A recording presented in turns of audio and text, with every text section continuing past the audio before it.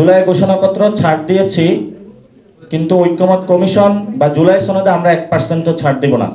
জুলাই সনদ বাস্তবায়ন না হয়, জুলাই সনদের আইনি ভিত্তি না হয়, তাহলে কিন্তু ইলেকশন যদি পিছিয়ে যায়, বিএনপি আর একটা হলো জামায়াত, আপনারা দুই দল ইতিহাসে ইলেকশন পিছানোর জন্য দায়ী থাকবেন। তো বিএনপির মনে মনে ছিল যে স্বাক্ষরটা করে দেই, দ্রুত যদি ফেব্রুয়ারিতে ইলেকশনটা নামিয়ে নিতে পারি, সংসদে গিয়ে আর এই জুলাই সনদের কি দেখবো সেটা আমরা পরে দেখে নিব, অর্থাৎ বাস্তবায়ন করব না। অর্থাৎ 90-তে যে পরিস্থিতি তারা কায়েম করেছিল সেই পরিস্থিতির দিকে তারা হাঁটলো। আর জামায়াত চিন্তা করলো যে স্বাক্ষরটা করে দিয়ে এর মধ্যে যদি গণভোট দিয়ে একটু মাঠে নামতে পারি, তাহলে আমার দাঁড়িপাল্লা যদি 2-3টা ভোট বাড়ে তাহলে সমস্যা কোথায়। তাহলে দেখেন দুইটা দলই ভোট ব্যাংকে বাড়ানোর জন্য রিফর্ম এটাকে হলো তারা ব্যবহার করা সঠিক। ঐক্যমত কমিশন যখন সরকারের কাছে কিছু সুপারিশ মালা জমা দিয়েছিল, সেই জায়গাটাতে দুইটা বক্স ছিল, একটা হলো ঐক্যমত কমিশনের ভাষ্য, আরেকটি হলো রাজনৈতিক দলের মতামত। সরকারের কাছে তখন যারা জমা দিয়েছিল সকল রাজনৈতিক দল দীর্ঘ 6 মাস ঐক্যমত কমিশনের মধ্যে নিজেদের মধ্যে আলোচনা, পারস্পরিক আলোচনার ভিত্তিতে একটি জায়গায় তারা ঐক্যমতে পৌঁছেছিল। যে জায়গাটা ঐক্যমতে পৌঁছেছিল সেটাই ছিল ঐক্যমত কমিশনের ভাষ্য। এই রিপোর্টটা বিভিন্ন রাজনৈতিক দলকে দেওয়া হয়েছিল। সংস্কার কমিশন তারা একটি বুকলেট প্রকাশ করেছিল। সেই বুকলেট এবং রাজনৈতিক দলেরকে যে বুকলেটটা দেওয়া হয়েছিল, দুইটার মধ্যে পার্থক্য রয়েছে লেখার মধ্যে। আমরা যখন এটা দেখলাম, তাদের কাছে আলোচনাটা তুললাম যে আপনি আমাকে একটা পাঠালেন, প্রকাশ করলেন আরেকটা, দুইটার মধ্যে পার্থক্য। ঠিক আছে, জাতীয় স্বার্থে আমরা আরো একটু এক ধাপ এগিয়ে গেলাম। জুলাই ঘোষণাপত্র আপনারা দেখেছিলেন, সেই সময় আমাদের সাথে আলোচনা করেছিল, কিন্তু সরকার যেটা পাঠ করলো, যেটা আলোচনার বিষয়বস্তু ছিল, সেটার মধ্যে আমরা কোনো মিল পাইলাম না। তারপরও আমরা দেশের বৃহত্তর স্বার্থে সেই অনুষ্ঠানে অংশগ্রহণ করেছিলাম। কিন্তু আমরা সেখানে আমাদের আহ্বায়ক বলেছিল জুলাই ঘোষণাপত্র ছাড় দিয়েছি, কিন্তু ঐক্যমত কমিশন বা জুলাই সনদে আমরা 1% ছাড় দেব না। পরের দিন প্রোগ্রাম, আগের দিন হলো সকল দলের কাছে দেন দরবার চলতেছিল, সবাই অংশগ্রহণ করবে কিনা। আমরা এটা যখন পড়লাম, সরকার থেকে কোনো কিছু স্পষ্ট কিছু বলা হলো না। আমরা বললাম এটা বাস্তবায়নের পদক্ষেপটা কি হবে, সরকার সে বিষয়ে কোনো সদুত্তর দিতে পারলো না। দেশবাসীর উপর ভরসা করে আমরা সে স্বাক্ষর অনুষ্ঠানে গেলাম না। তার একটু নড়ে চড়ে বসলো যে বাস্তবায়নের পদ্ধতি খুঁজে বের করার জন্য। এবং বাংলাদেশের যে বৃহৎ দুইটি দল বর্তমানে রয়েছে, একটি হলো বিএনপি আর একটি হলো জামায়াত। জামায়াত তো আগে ছোট দল ছিল, এখন হুট করে বড় হয়ে গিয়েছে গ্যাপ মার্কেটে। সো ওনারা বলল যে ওনারা স্বাক্ষর করবে, কিন্তু বাস্তবায়নের দিক কি সেটা হলো পরে দেখা যাবে। তো বিএনপির মনে মনে ছিল যে স্বাক্ষরটা করে দেই, দ্রুত যদি ফেব্রুয়ারিতে ইলেকশনটা নামিয়ে নিতে পারি, সংসদে গিয়ে আর এই জুলাই সনদের কি দেখবো সেটা আমরা পরে দেখে নিব, অর্থাৎ বাস্তবায়ন করব না। অর্থাৎ 90-তে যে পরিস্থিতি তারা কায়েম করেছিল সেই পরিস্থিতির দিকে তারা হাঁটলো। আর জামায়াত চিন্তা করলো যে স্বাক্ষরটা করে দিয়ে এর মধ্যে যদি গণভোট দিয়ে একটু মাঠে নামতে পারি, তাহলে আমার দাঁড়িপাল্লা যদি 2-3টা ভোট বাড়ে তাহলে সমস্যা কোথায়।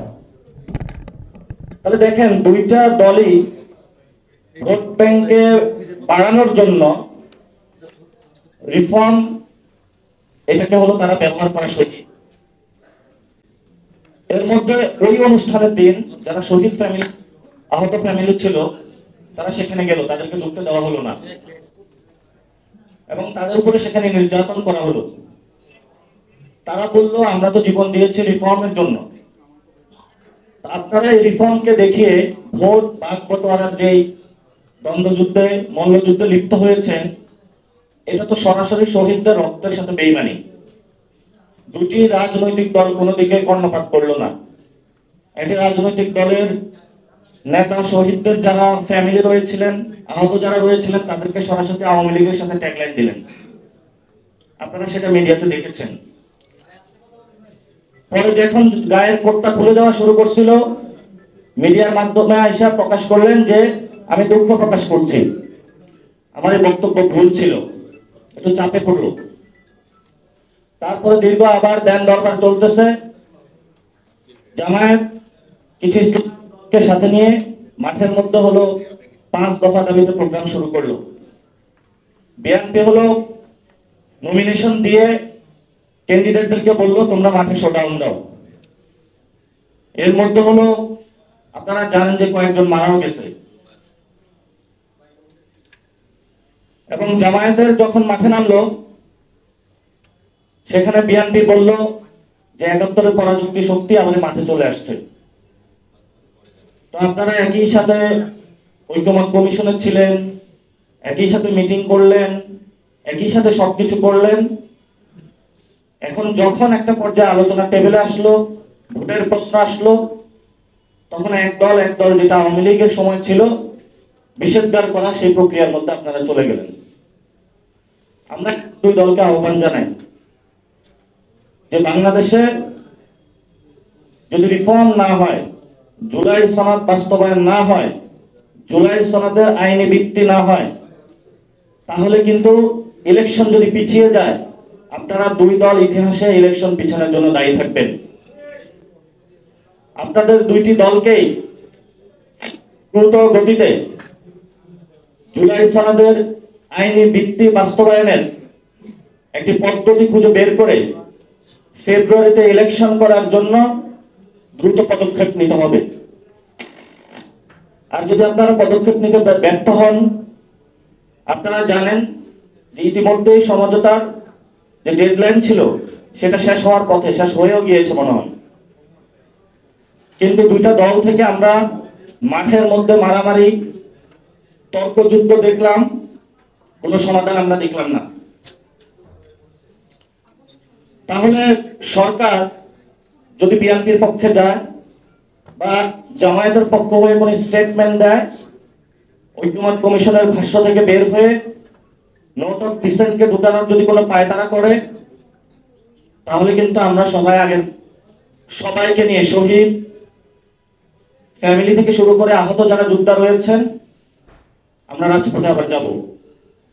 দুইটা দলকে কিভাবে বাধ্য করাতে হয় আমরা সে বিষয়ে খুব ভালো করে জানি।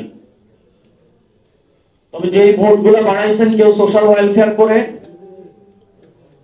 কেউ হলো শহীদ ফ্যামিলি নিয়ে পলিটিক্যাল ব্র্যান্ড অ্যাম্বাসাডর যোগ করে, এই দুইটা দলের ভোট ব্যাংক কিন্তু আবার নিচের দিকে নামতে থাকবে। তাহলে আগামীতে ভোট পাবে কারা? ভোট পাবে তারাই। আদেশ হবে, কিন্তু এটার কিন্তু আগামী 5 বছরে বাস্তবায়ন করতে হবে। এই বাস্তবায়ন প্রক্রিয়াতে আগামী ইলেকশনের আগে একটি রিফর্ম অ্যালায়েন্স হবে বা সংস্কার জোট হবে।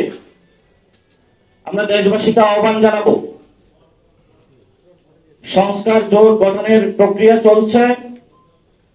পুরো বাংলাদেশ আপনাদের বুকে দাড়িপাল্লার ব্যাচ থাকুক, ধানের ব্যাচ থাকুক, বুথে গিয়ে কিন্তু আপনারা এই যে সংস্কার জোটে ভোটটা দিয়ে আসবেন।